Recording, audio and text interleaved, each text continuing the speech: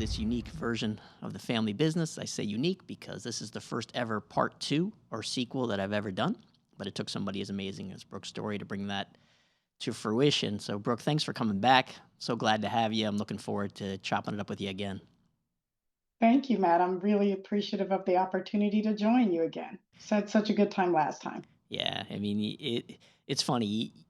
I like to talk, as most people can tell, but it's not too often that I love to listen. And listening to you go through your story, and that's only such a small fraction of it. Like, folks, this is an onion within an onion, and there's a lot going on here. So let's unpack some more about you, and we'll couple that with the first conversation because I want people to get a bit of an understanding of what makes you tick. I mean, it's such a unique background and life that you've had and how it affects your career within medtech and your family and so many things that I think are relevant to what we talk about here. So if it's okay with you, I'd love to begin with a conversation regarding female executives in general. You can tailor it to medtech. That probably makes the most sense since we're both in it heavily.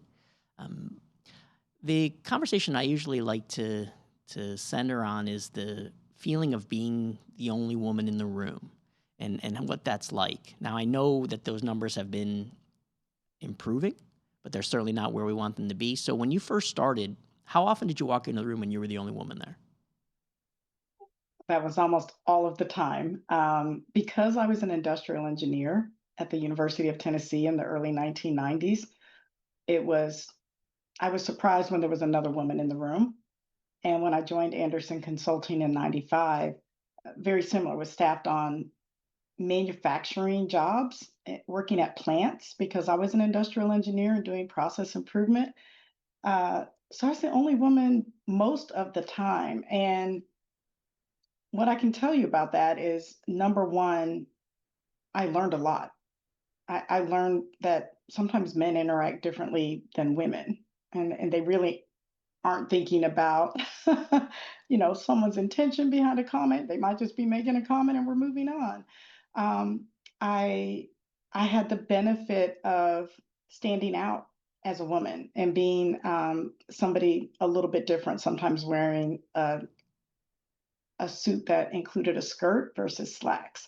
So I just always got comfortable being different and figured out that at the end of the day, it was really an advantage. Now, were there times, Matt, in the last 30 years that I feel as if because I was a woman, I was not heard, or someone spoke over me and repeated what I had just said, um, or maybe there was a question around, are you able to take this big job because you just had a baby or you just got married, right?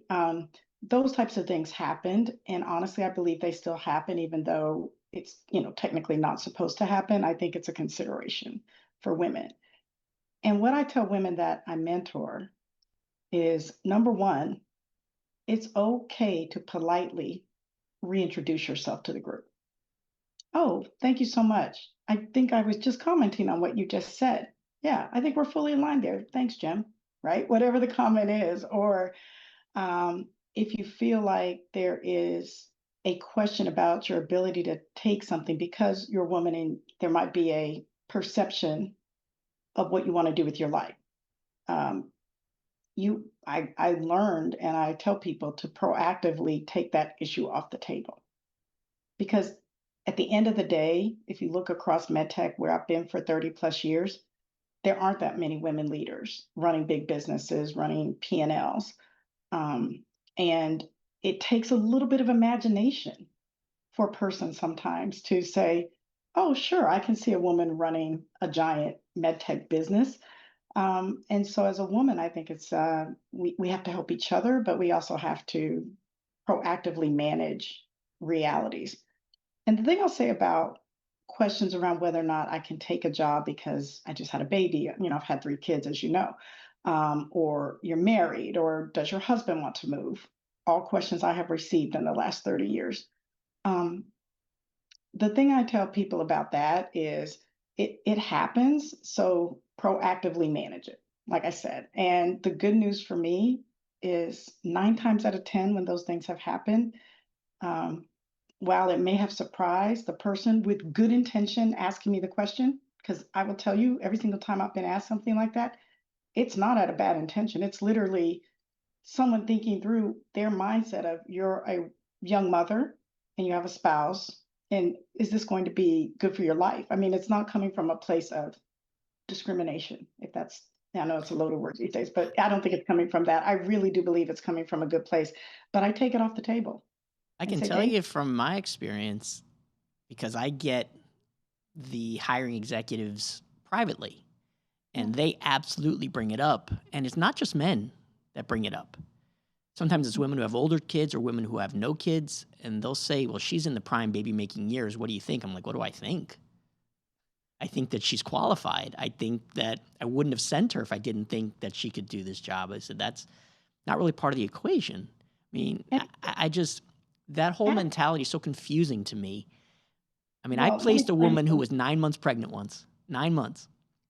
Wow. An attorney, 9 months pregnant. I was hoping she was going to give birth during the interview because that would have been a first. Right, right. But she had her baby, I think 3 weeks later. And And kept and did fine. yeah, I did think great. I've also seen this, Matt, and I encourage anybody out here listening to us to speak up on the behalf. If you're in a room where other younger women who are in, those years when they're having kids, and that type of question comes up, remind everybody to ask again. And the reason I say that is because I have seen women who were phenomenal, have a second baby, third baby, whatever, and say, I'm not interested in that next role right now, because they aren't, because they have made that life decision that, I'm the person that's going to manage all of this, and I'm not outsourcing or whatever. um, and that message can stick around for 5 to 10 years in the minds of the leadership of the company, or with whomever they're working. And I think, again, as women leaders, and I'm hoping even the men out there that are listening, it's very important to ask the question again, to say, because I normally say, right, I understand that, but the kids are probably getting ready for school, or she might now be interested in a promotion, and we know she's capable because we asked her 3 years ago, right? Like, has somebody checked back in with her? I think that's a really important thing to do. And I think women in leadership have an obligation to ask the questions. I think we have an obligation to speak up if we are the only person in the room. I 100% understand if a woman were to be building a sales organization and saying, my gosh, I create all these relationships with these doctors, and then all of a sudden the person that I brought in to lead is taking off. How do I manage that? But again, that imagination, and taking a step back and saying, if I build a great enough team, everything can work out. And you get more from people that feel like they're a long shot every time. I really believe that. I think people who feel like they're the long shot in the race, and some of them that I know and love, Yeah. uh, they perform. Now, what about taking it a step further and women looking out for women? I mean, you went to MedTech Women, you went to that conference, we saw each other there, and I mean, that place just screams about everyone trying to be inclusive and to be open, sit down at a table with a group of CEOs, even though you're a product manager, and they're welcome to have you. And I know you have some very close relationship with some other female executives, Stacey Pugh being one of them. But I'm curious, number one, what are your thoughts about women looking out for other women within the professional confines of whether it's the boardroom or just the executive suite, and bringing people along with you? And I also am curious, besides Stacey, who else do you look at and say, man, this individual was there for me, or this individual, I'm there for them? And so I'd love to hear your perspective on those. Yeah. One phrase that I use, and a young woman that I mentored sent it to me one time, is "We lift as we rise."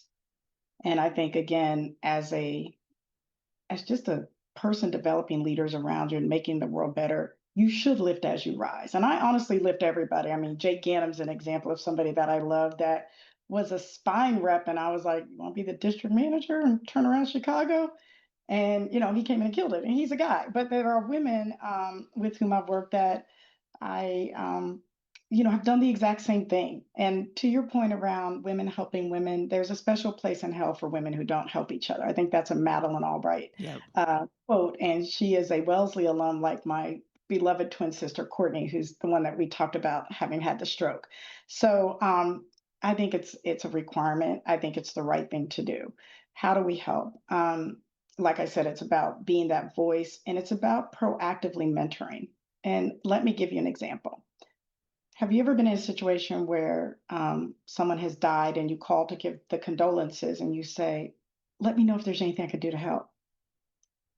That's a different statement to somebody suffering than saying, or needing help, than saying, are you okay if I bring dinner over? Can I bring it over next Tuesday? Do you need help picking up your children? I'm willing to do that on this day and that day. Right? It's a different thing. And so I feel the exact same way about professional development and giving people advice. They might not want the advice. That's fine. I'm not offended. But I will proactively offer, hey, you're showing up like this. Have you thought about whatever? You're not showing up looking professionally because of the way you're dressing. Have you thought about changing that? Have you gotten any of that feedback? And if you haven't, maybe it's being said behind your back and I'm telling you to your face so you can fix it because you can't fix something unless you know.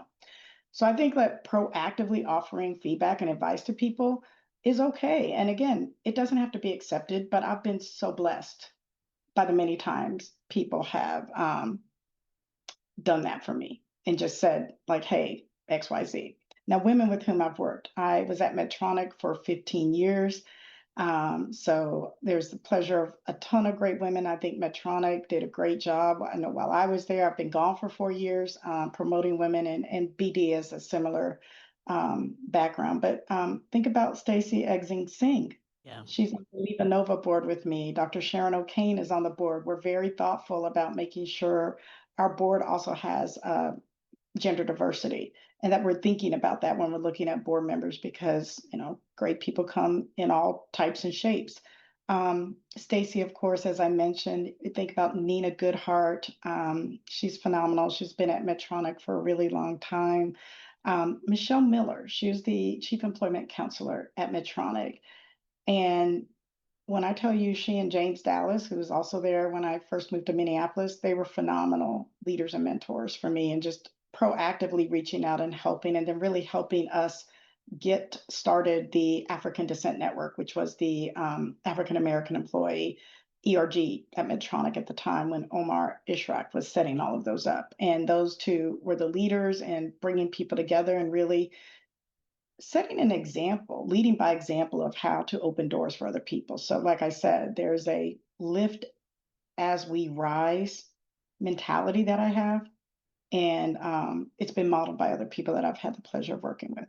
Well, you've got, I mean, let's be candid. You've got two buckets to carry. You're a female executive and you're a person of color, and so you're lifting twice what other Yeah. people are lifting. And so, we work with MedTech Women and MedTech Color, and just huge proponents of both, sponsors of both, and live for both of seeing them just continue to not just succeed, but to be impactful.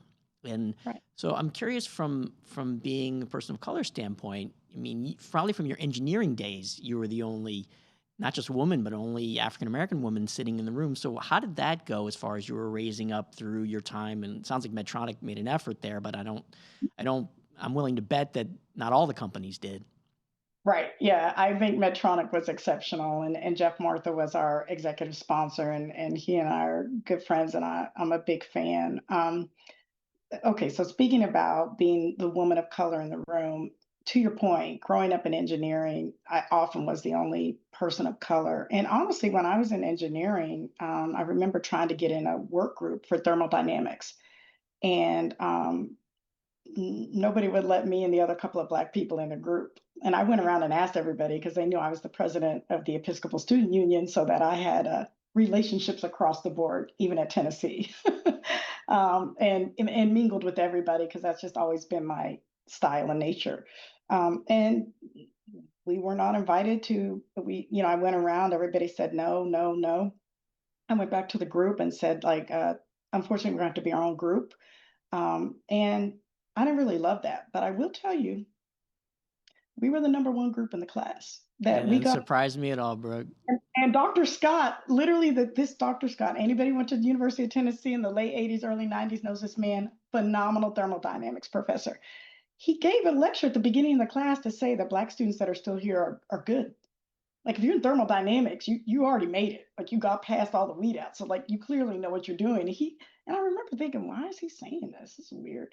And then I found out why. And then he had a process where he handed out the papers from worst to best. And we always got our papers last. And so then people wanted to come be in our group. Yeah. So again, there's things where I say like being a woman of color is an advantage. Standing out and being a little different, it sometimes gets you recognition. Now, again, when I go back to the imagination I spoke about for women executives, I think some of that's there for people of color, particularly women. And do you have the same opportunity to make mistakes and work through those as a woman of color or a person of color? Are you getting the same looks and being promoted at the same rate when you have the same performance and potential, right? No matter what, everything starts with performance and potential. What I tell people is how you perform in your job and show up as a leader, that's table stakes. Nothing else is going to happen. I wouldn't want that to happen. Nobody else would. Like if you promote somebody just because you're trying to hit some kind of target. But assuming you're doing that and promotions aren't happening, that's again where I think Black leaders have to step in and help. And that's what I think we did really well at Medtronic. Again, with Jeff's support as the executive sponsor, Omar supporting, we had a really, really good run of bringing in and bringing up leaders. And these are people that grew up within Medtronic. Namdi Njoku, he's over at Omnicell now. Carlton Weatherby, he's over at Inspire Medical now. You know, Carlton. A little bit. Grady Yep. Davis. Yeah, Grady Davis just went to Danaher. Raven Miller is still there and doing well. Quayle Thompson is at Medtronic and doing well. And so if you put in the effort, number one, you can do it. And number two, what we'll find out is as long as people are performing, and it doesn't matter.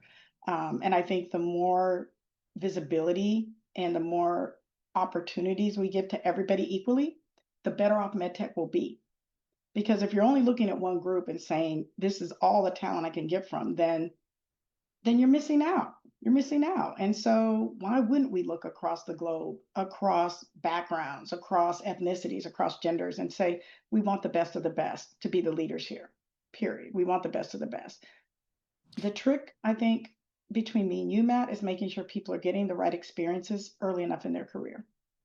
I think that's so important. I cannot tell you how many people I mentor and say, don't chase the title. And I'm going to say this very directly, don't be a title whore. I'm like, go for the experiences. Because I feel like I'm a phenomenal general manager because I spend time in finance. I spend time in sales. I spent time in corporate development. And guess what? I stayed at the same job title. And I was getting promotions, but it was the same job title for many, many years.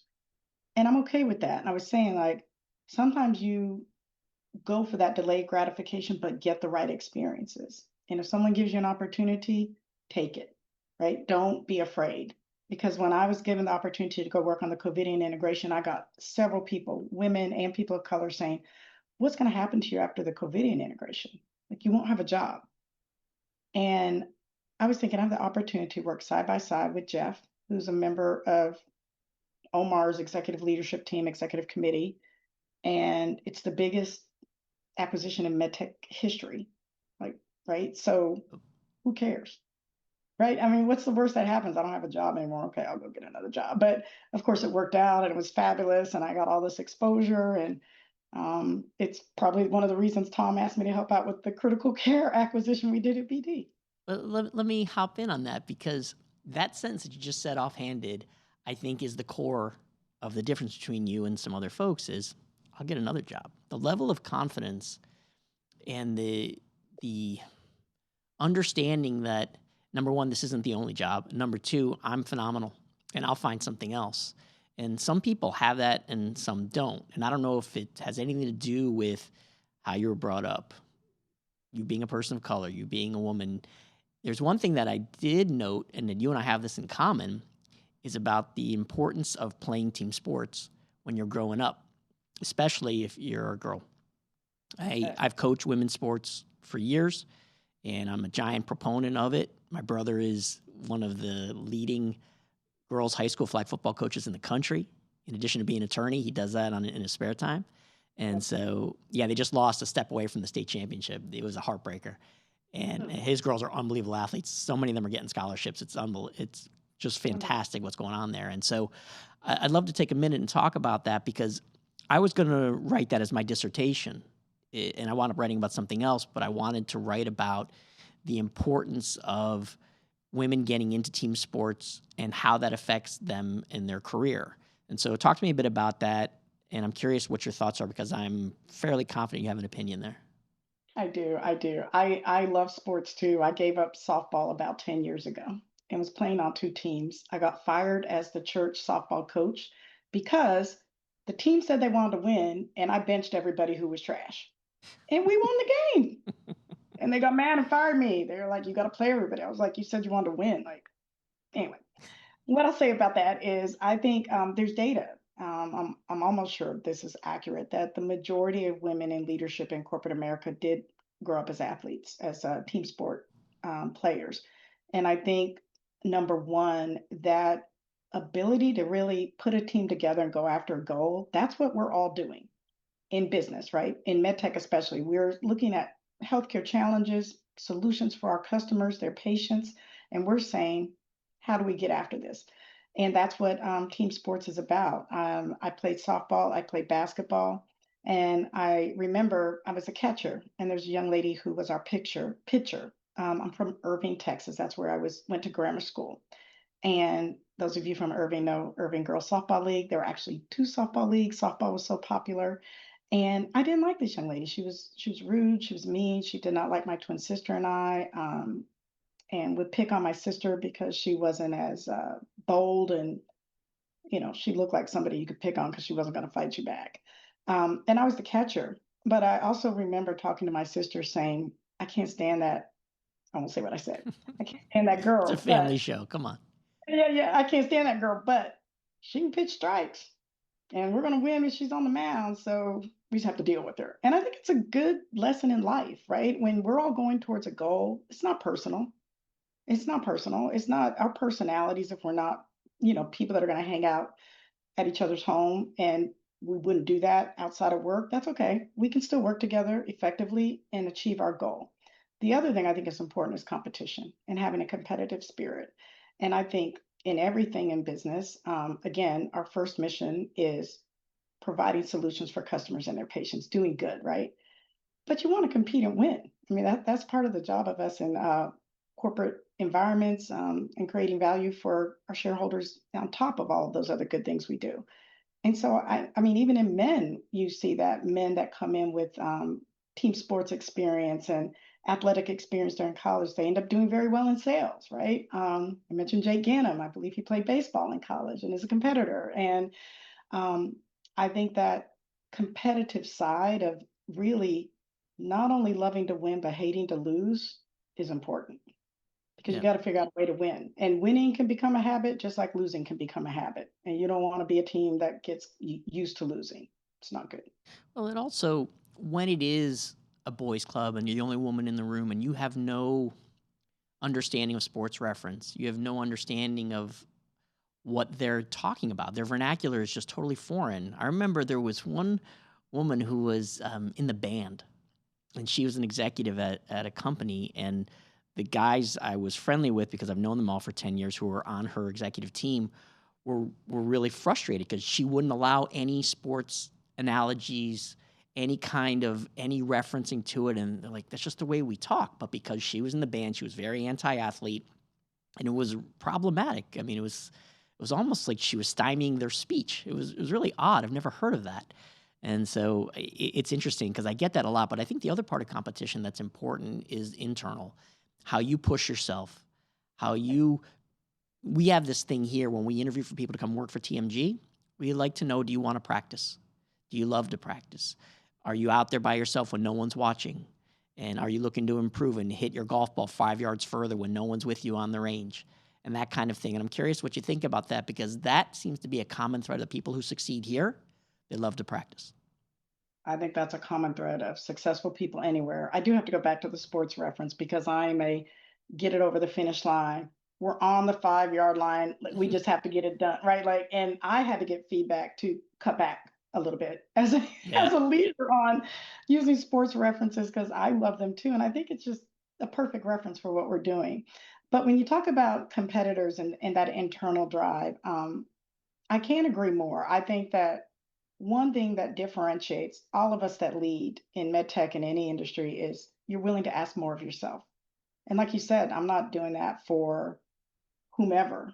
I'm asking more of myself because I constantly want to get better. I constantly want to learn. I know how to get smart fast on whatever topic. That's so important to have that kind of mindset that I can figure it out or I can get my free throw percentage up from like 60% to 62. It's just super important.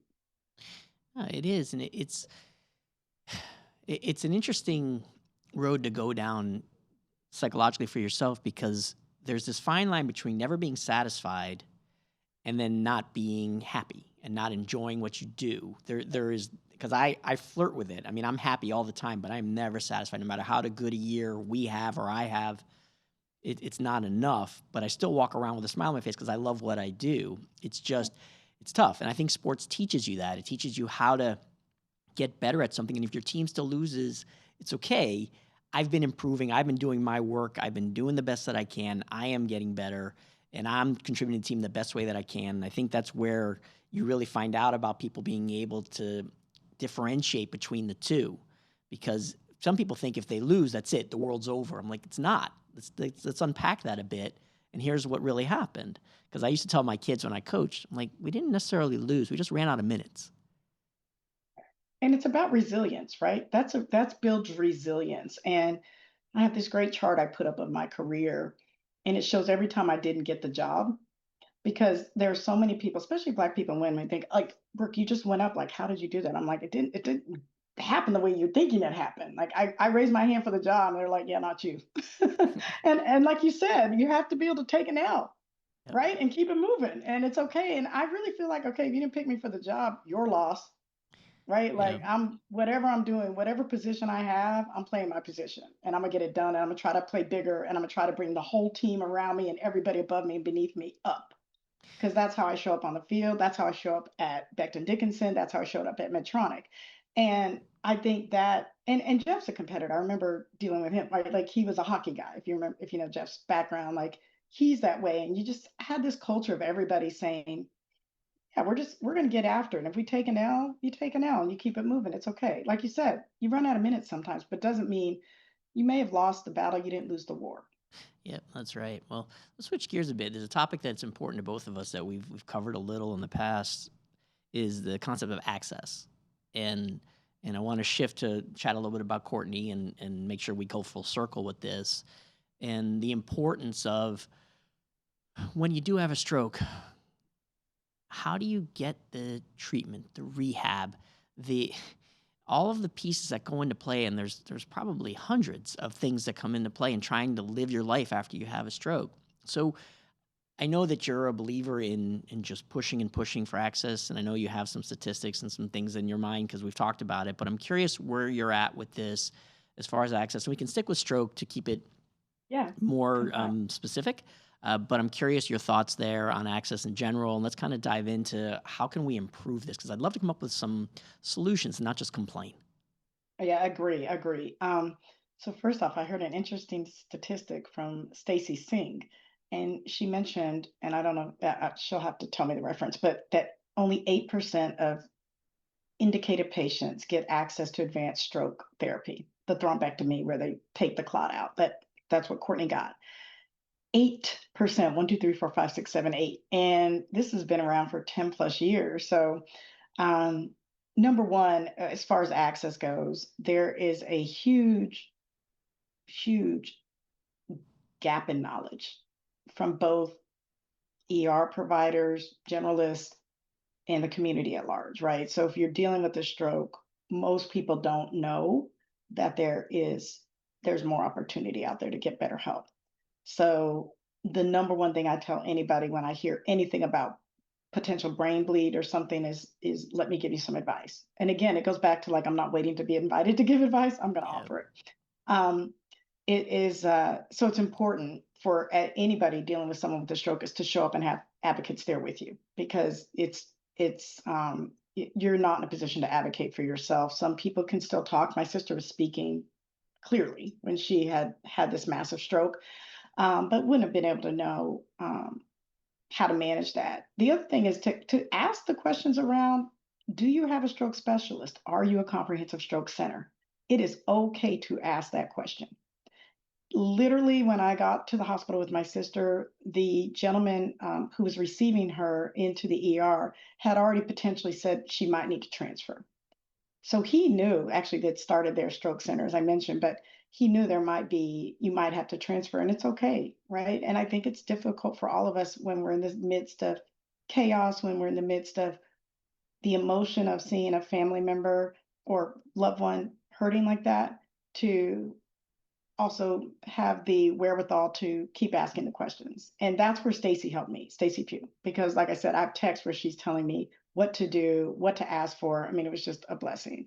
And that goes to the second thing to do is not only show up, but reach out to all your contacts, right? For all of us. And like I said, don't wait to be invited to offer feedback to someone or loved one that you know, a church member, a community member, somebody you golf with, offer the advice, right? They need to know.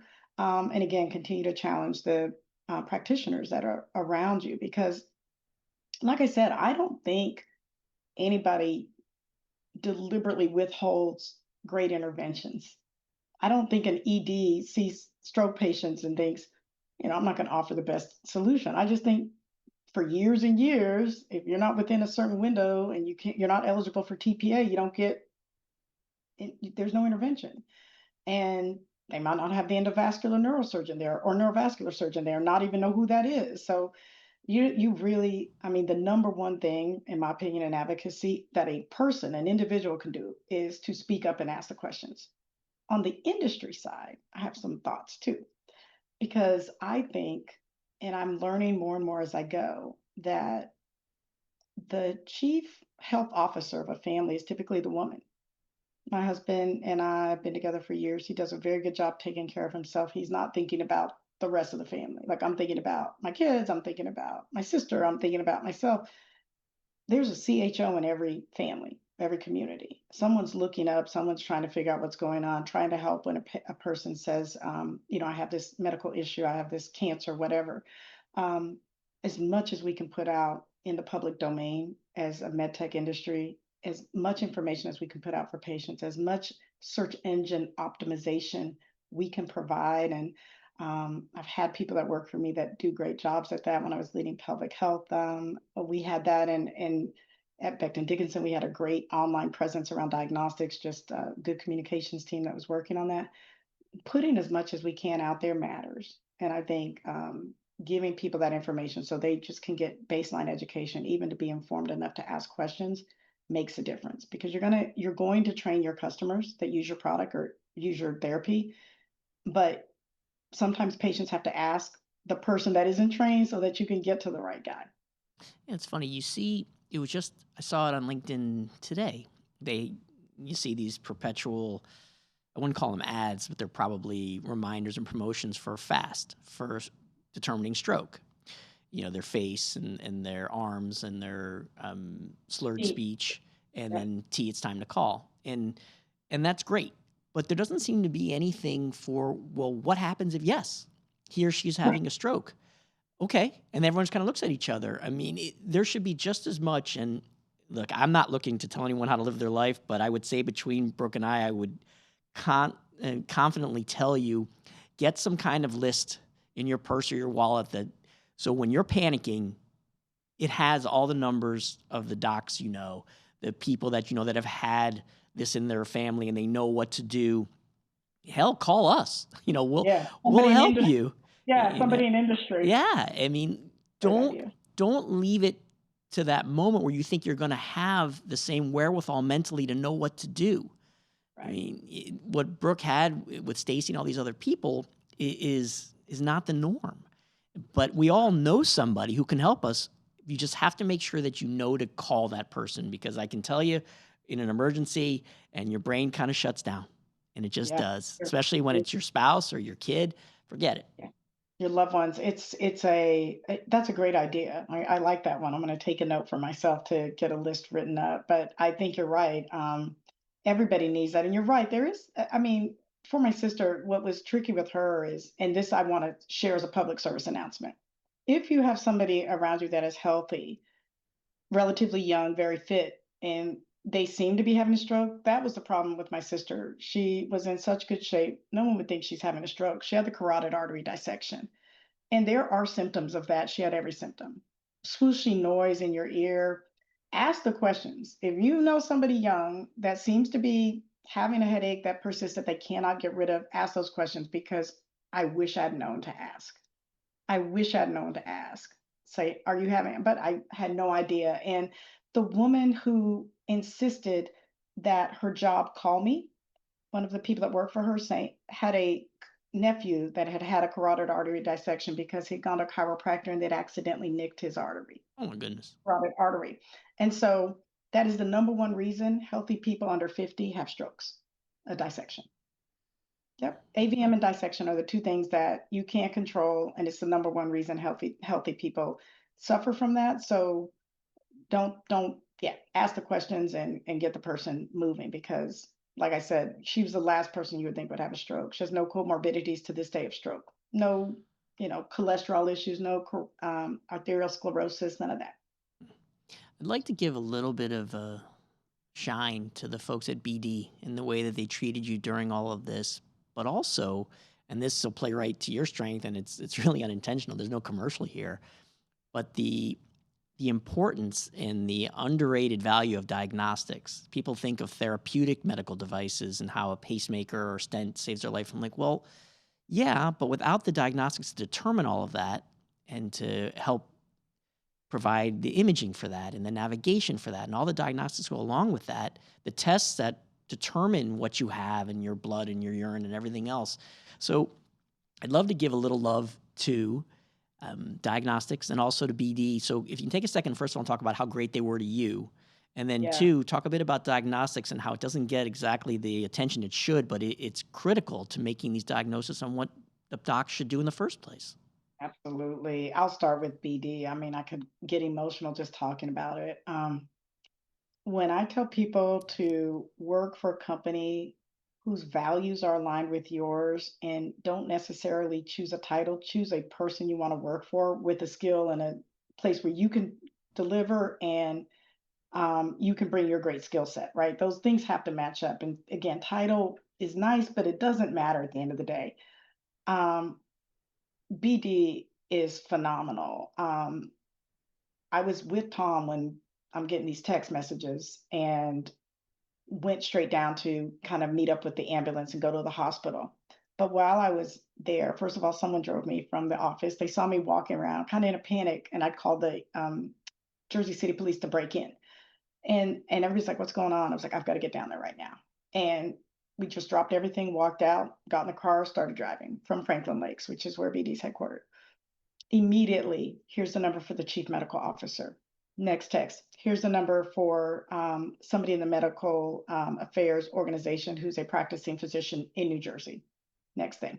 Next thing, Brooke, don't worry about anything. I'm running a business, like, and I'm an accountable person by nature because I love what I do.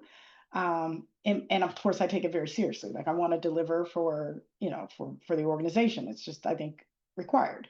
Goes back to the competitive thing. Like I just feel like if you gotta win, you gotta do what you gotta do. So I was in this like, oh my goodness, do I need like what do I need to do? And I kept calling. I was working for Rick Bird at the time and calling saying, what do you need me to do? And he's like, nothing. Just take care. You've got a great team. You've built a great team. Take care of your sister.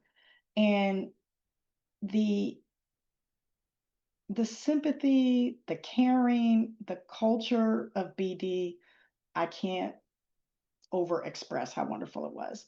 I said I want to step down early in 2023. I'm 24, I'm sorry, last year.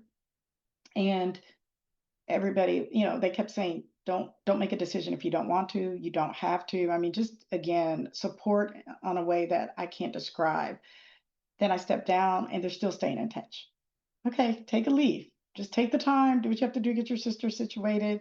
Tom literally personally calling and saying, hey, what happened? Just his empathy as a leader. explaining to me, you don't have to go. We want you in the BD family. Don't feel like you have to do that. I mean, just what a relief for me. What a blessing for me. What a blessing for my family, that I'm with a company like that. So BD really stepped up. And I will tell you, while I was in the ICU with my sister, I took pictures of all our stuff. Like the vein Yeah. preview is our vein viewer. I was like, get somebody that knows how to use it. I was surprised at how much you need to teach people how to use the stuff that's there, but I digress. Yeah, But that's a back to whole other conversation. I've been there too. we'll take that to another meeting, Yeah. Matt. But it was fantastic. But speaking of diagnostics, like, yeah, I mean, that's close to my heart. It's why I left Medtronic and went to BD to run that wonderful business while COVID was going on. And I do think it is underappreciated how important it is that when you appear to a doctor, we can all talk about symptoms and ideas, but it has to be diagnosed, and there's nothing better than an accurate, definitive diagnosis.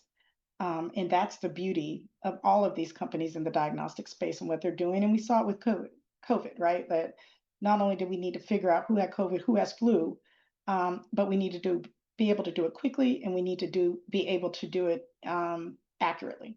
Those two things have to happen so that you can treat patients correctly, and get them the antiviral therapy or whatever they need. And um, it is, I think COVID helped raise the profile of diagnostics. That's my perception, at least as a leader, that, I wasn't thinking about it as much before 2020 as I do now. I think bringing at-home diagnostics into the house and letting people, start testing themselves. I think that also gave a new appreciation.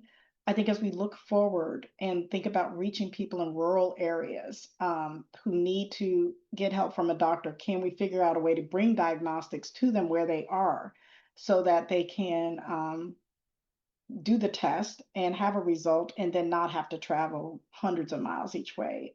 I live in a big city. I've lived in big cities. I take for granted that I can go down the street and get a diagnostic test when I need it, and that a doctor will be there to read the test, and there's a clinic or whatever there. Um, and so I think diagnostics really has an opportunity to continue to have a place, a very important place in healthcare. And like you said, if everybody going into hospital, the first thing that has to happen is a diagnostics. You're going to get a blood draw, and like it's likely going to be using a BD vacutainer.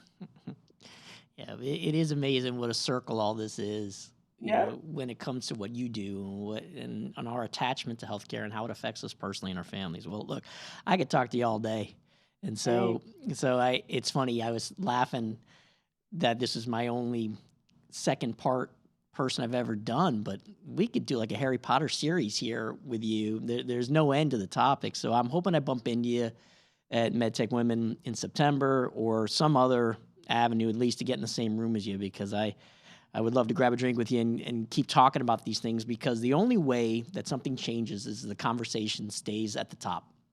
That's right. And so I'm here for it, and I'm just grateful that someone like you is never slow to speak up, never quiet to speak up, never ashamed to speak up. And what it does is it trickles down to someone who's earlier in their career and says, wow, look what she's doing.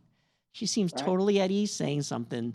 And I thought one of the most telling things we've said in this whole 2 hours that we've been talking between the last conversation and this one is the not waiting for permission to help.